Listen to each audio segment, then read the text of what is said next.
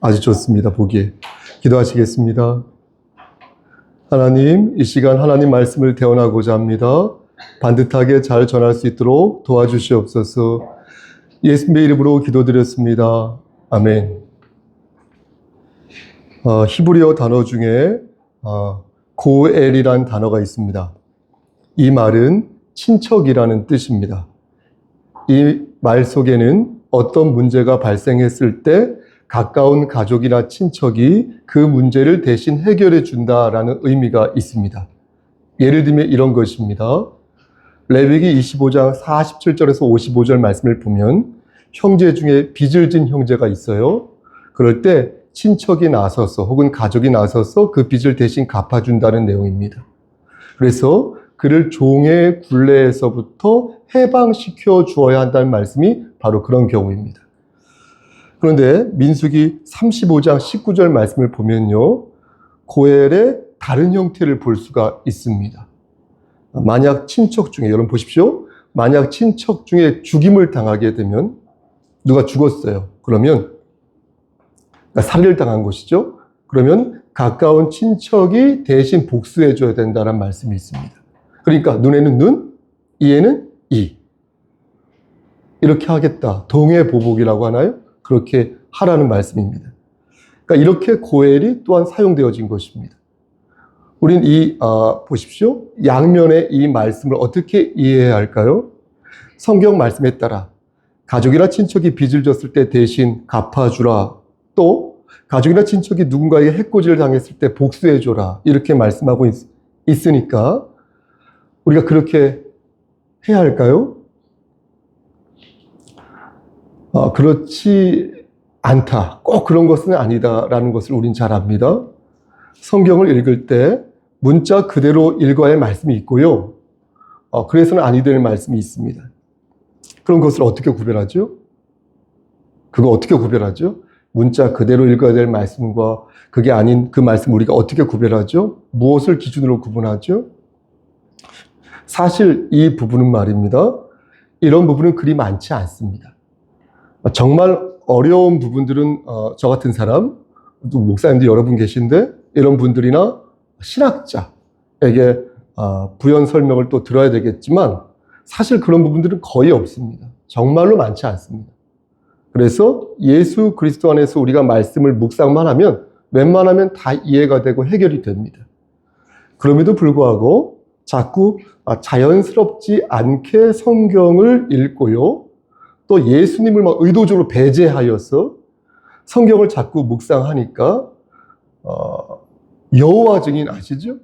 이런 이단 종파가 나오는 것이고, 그래서 군대도 안 가고, 그래서 수혈도 안 받고, 헌혈도 안 하고, 그래서 피가 들어있는 그 뭐죠? 피가 들어있는 음식? 선짓국. 선짓국, 해장국 말고 선짓국. 선짓국도 안 먹는 것입니다. 따라서 우리는 성경에 나오는 율법을 읽을 때마다 두 가지 사실을 꼭 염두에 두어야겠습니다. 두 가지 사실. 한 가지는 예수님께서 율법을 완성하셨다는 그 사실이고요. 또 하나는 율법 안에서 반드시 하나님께서 주시는 성경적인 원리가 있다라는 것입니다. 그렇게 하지 않고 우리가 문자 하나하나에 지나치게 경도되면 어떻습니까? 우리 역시 성경을 곡해하는 잘못을 범할 수도 있다는 것입니다. 그럼 고엘은 어떤 성경적인 원리가 있는 것일까요? 고엘의 원리는, 성경적인 원리는 뭐냐면요, 힘없고 불쌍한 사회적인 약자들을 너희가 구원해야 된다는 구속의 의미가 들어있습니다. 근데 이 원리를 지우고 문자 그대로 친척의 원수를 갚아야 한다는 것을 이해한다면 그것은 성경적인 원리를 곡해하거나 아니면 단편적인 잘못을 범하게 되는 것입니다. 군대에 가서 총 드는 거 있지 않습니까? 저도 35개월 동안 군 생활을 했는데 군대 가서 총을 드는 것도 마찬가지입니다. 총을 드는 것은요, 사람을 죽이기 위해서 총을 드는 것이 아니라 더 많은 생명을 살리기 위해서 불가피하게 총을 드는 것입니다. 여러분, 수혈과 헌혈도 마찬가지 아니겠습니까? 수혈과 헌혈을 성경적인 원리로 생각하면 우리를 위해서 피를 흘리신 예수 그리스도의 그 보혈, 그 은혜, 그 감사함을 그래서 그 예수님의 성품을 조금이라도 담고 싶어서 그렇게 하는 것입니다. 그런데 이단 종파인 여호와 증인은 고기를 그 생명되는 핏째 먹지 말 것이라 라는 창세기 9장 4절 말씀을 근거로 선지국도 안 먹고 또 수혈도 안 하는 거예요. 이것은 거듭 말씀드리지만 성경을 문자 그대로 해석하여 그 속에 담겨 있는 성경적인 원리와 예수 그리스도의 성품, 그 은혜를 바로 보지 못한 처사다, 이렇게 볼 수 있겠습니다. 그러니까 저는 그들이 피를 막 운운하거든요. 피를 운운하면서 그럼 왜 예수님의 살과 피가 들어있는 그 성찬식에 참여하는지를 묻지 않을 수 없는 것입니다. 여러분 그렇지 않습니까? 그것도 피지 않습니까? 그런데 왜 그들은 그 피를 먹는 것일까요? 예수님의 피를? 그때는 포도주의 의미를 생각하는 것입니까? 왜 포도주는 되고 선지국은 안 되는 것입니까? 율법에 얽매이다 보면 성경을 곡해한다는 거예요. 그러다 보면 예수님보다 율법을 더 중요하게 생각한다는 거예요. 하나님께서 주신 성경적인 원리보다 글자 하나하나에 묶여서 매여서 결국 그 말씀 안에 들어있는 본질적인 요소, 성경적인 원리를 찾지 못하게 된다는 것입니다. 따라서 여러분들은 하나님의 말씀을 이렇게 듣지 않습니까? 또 하나님 말씀을 필사하지 않습니까? 또 하나님 말씀을 읽을 때 반드시 예수 그리스도 안에서 그 말씀을 묵상해야 할 것이니 그렇게 해야 성경적인 원리도 찾을 수 있고, 권사님, 성경적인 원리도 찾을 수 있고, 또 그렇게 해야 그 말씀을 내 삶에 적용할 수 있게 된다라는 것입니다. 여러분, 예수 그리스도의 은혜와 성경적인 원리, 이 두 가지 원리를 꼭 곱씹으면서 반듯하게 신앙생활 하시기를 간절히 바라겠습니다. 다시 본론으로 돌아가서 이 두 가지 원리에서 고해를 생각해 보겠습니다. 친척의 빚을 갚아주고 친척의 원한을 갚아주는 것이 고해이라고 말씀드렸는데, 만약 여기에 예수 그리스도의 은혜와 하나님께서 가르쳐 주신 그 성경적인 원리를 빼면은 이 고해는 정말로 잔인하고 정말로 섬뜩한 하나님의 말씀이 되는 것입니다. 여러분 35절 말씀 보면 뭐라고 말씀합니까? 가서 뭐라고 말씀해요? 그렇죠. 장사하려 한 집. 장사하려 한 즉 그 두개골이죠. 그 두골과 발과 그의 손 외에는 찾지 못하였다. 이렇게 말씀하는데 여러분 섬뜩한 말씀 아닙니까? 두개골을 찾을 수 없었대요. 머릿속에 그림이 그려지지 않으십니까? 내용은 이렇습니다. 이세벨이라는 왕비가 있었는데 이 여자는 아합왕의 아내였습니다. 그런데 남편 아합이 죽자 아들 이 아하시아가 이어서 왕이 됩니다. 그런데 이 아들도 전쟁에서 그만 죽게 되는데, 그래서 결국 이세벨, 이 왕후 혼자 남게 됩니다. 그때 예후라는 장군이 이 이세벨을 죽이기 위해 찾아온 것입니다. 이세벨은 죽어 마땅한 여자였습니다. 열왕기상 21장 말씀을 보면 그 유명한, 여러분 아시죠? 나봇의 포도원 사건이 나옵니다. 나봇은 대대손손 하나님께 물려받은 그 포도원이 있었는데 이 아합왕이 그 포도원이 탐났던 거예요. 그래서 이 나봇에게 그 포도원을 강제로 처음엔 뺏은 게 아니라 나봇에게 그 포도원을 팔라고 말합니다. 하지만 나봇은 하나님께서 물려주신 것이기에 그 땅을 왕에게 팔 수 없다라고 말을 합니다. 이에 격분한 이 아합 왕은 지질하게도 시급을 전폐합니다. 그 모습을 옆에서 본 아내 이세벨이 남편 아합 왕에게, 남편에게 하는 말이 열왕기상 21장 7절 말씀이 나오는데, 왕이 지금 이스라엘 나라를 다스리시나이까? 이렇게 말해요. 그러니까 당신 이스라엘 왕입니까? 라는 것이죠. 그러면서 내가 나봇의 포도원을 왕께 드릴 터이니 걱정하지 마십시오 라고 말합니다. 그리고 식사하라고 말합니다. 악독한 이세벨은 음모를 꾸미는데 어떤 음모를 꾸미냐면, 불량한 사람 두 사람을 고용하여서, 요즘도 이런 일 많이 하죠. 그들에게 사주하여서 거짓 정보를 흘리는 것이죠. 그래서 나봇이 하나님과 왕을 저주하였다라고 거짓 정보, 거짓 증언을 하게 됩니다. 결국 나봇은 중상모략을 당하게 되고 사람들은 율법에 따라서 나봇을 돌로 쳐서 죽입니다. 섬뜩하지 않습니까? 이렇게 해서 아방은 자연스럽게 나봇의 포도원을 획득하게 되는데 이 모든 것이 그의 아내 이세벨의 계략이었다는 것입니다. 하나님께서는 그것을 보시고 이세벨을 처단하기로 작정하셨는데 그게 바로 오늘 본문에서 말씀하는 하나님의 복수라 말씀드릴 수 있는 고엘의 의미인 것입니다. 좀만 더 말씀을 들여다보겠습니다. 여러분 30절 말씀을 한번 보시겠습니까? 이 말씀을 합독하겠습니다. 30절 말씀. 예후가 시작. 예후가 이스라엘에 오니 이세벨이 듣고 그리고 머리를 꾸미고 창에서 바라보다가 이세벨이 이렇게 했다는 것이죠. 여기서 말씀하는 이스라엘은 이스라엘을 가리키는 것입니다. 그러니까 예후가 이세벨을 죽이기 위해 왔다는 것입니다. 그런데 이세벨이 지금 뭐 하고 있습니까? 그것을 알고 뭐 하고 있어요? 화장하고 있다는 거예요. 단장을 하고 있다. 단장, 예쁘게 꾸미고 있다는 거예요. 그녀가 단장한 것은 예후에게 단순히 예쁘게 보이기 위해서 그렇게 한 것이 아니라 그가 단장했다는 의미는 예후에게 단단한 자신의 모습을 보이기 위해서 그런 것입니다. 그러니까 세게 보이려고 화장을 한 것입니다. 우리 여성들도 가끔 그런 의도로 화장을 할 때가 있다고 하는데 여하튼 세게 보이기 위해서 이 이세벨이 화장을 한 것입니다.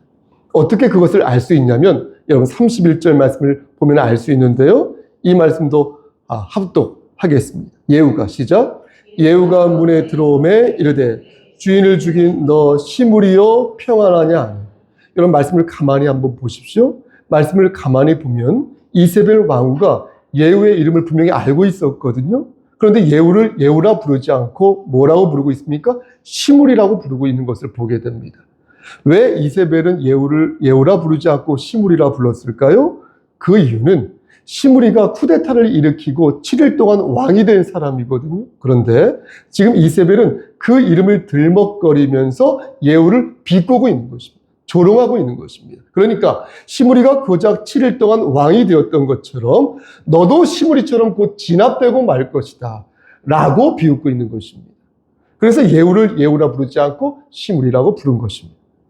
그러자 예후가 위를 쳐다보며 큰 소리로 말하기를 뭐라고 말합니까? 32절 말씀 보니까 내 편이 될 자 누구냐? 이렇게 큰 소리로 외치 내 편이 될 자 내 편에 서라는 것이죠. 그때 두어 내시가 예후를 이렇게 내다보자 예후가 그 내시들에게 말하기를 뭐라고 말합니까? 야 이세벨을 아래로 내던져 이렇게 말을 합니다.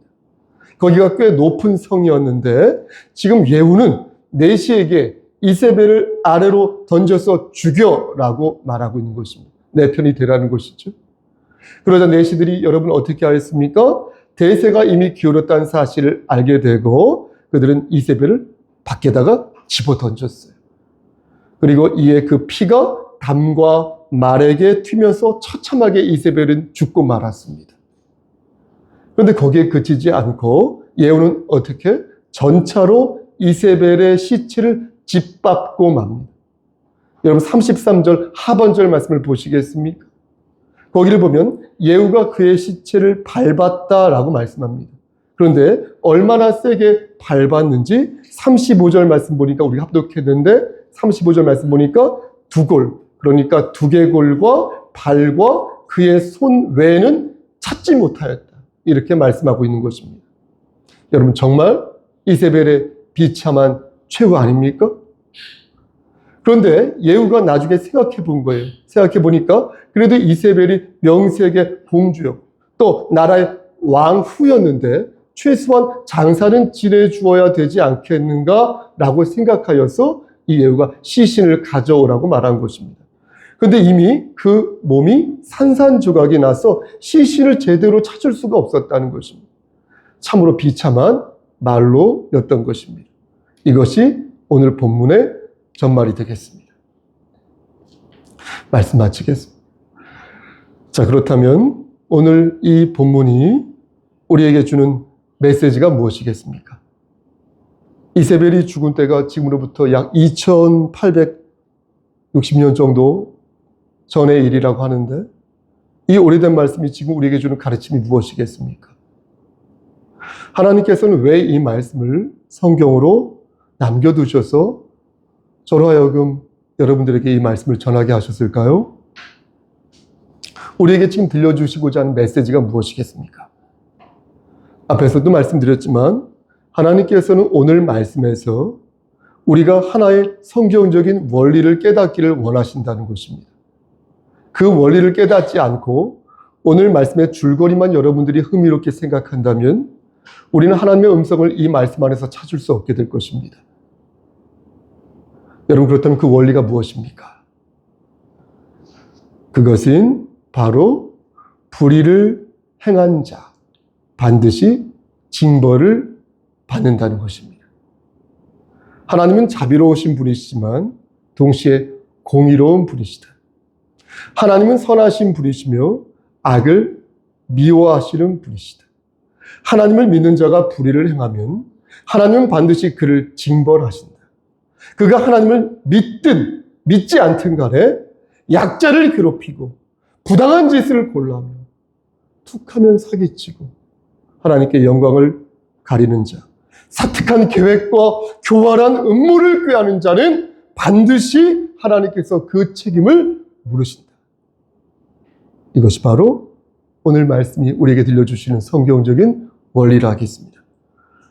여러분, 그러므로 여러분들이나 저나 우리는 품행을 방정하게 해야 할 것입니다.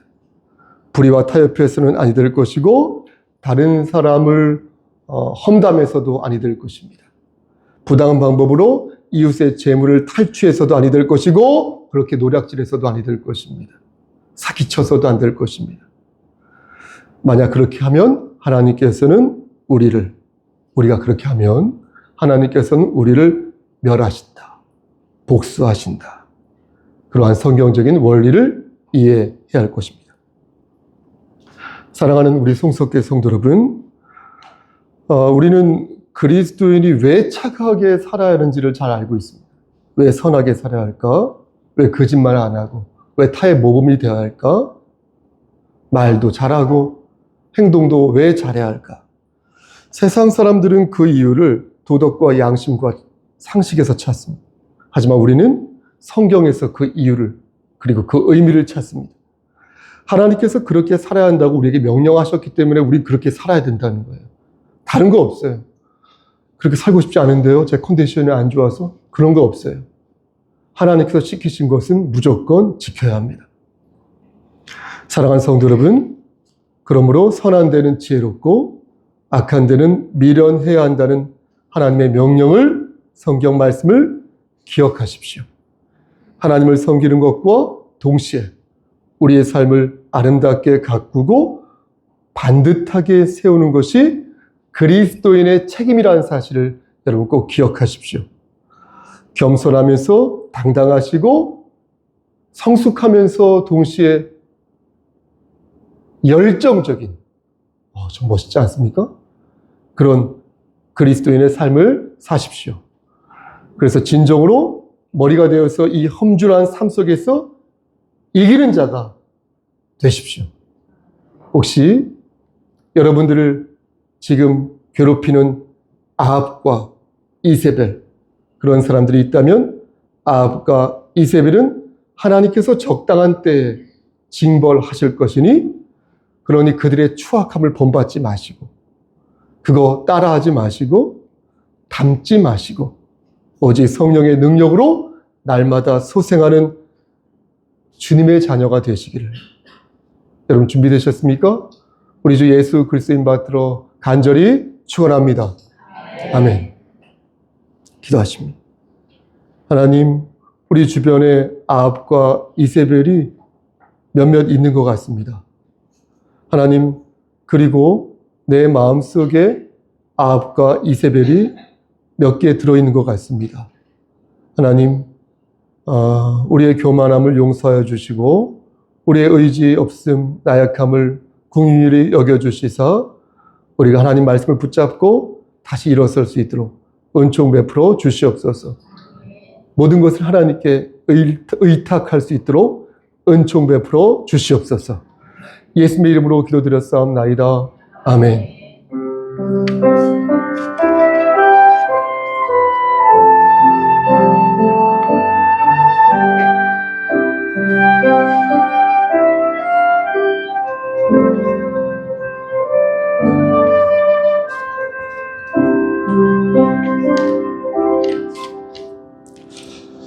주의 소식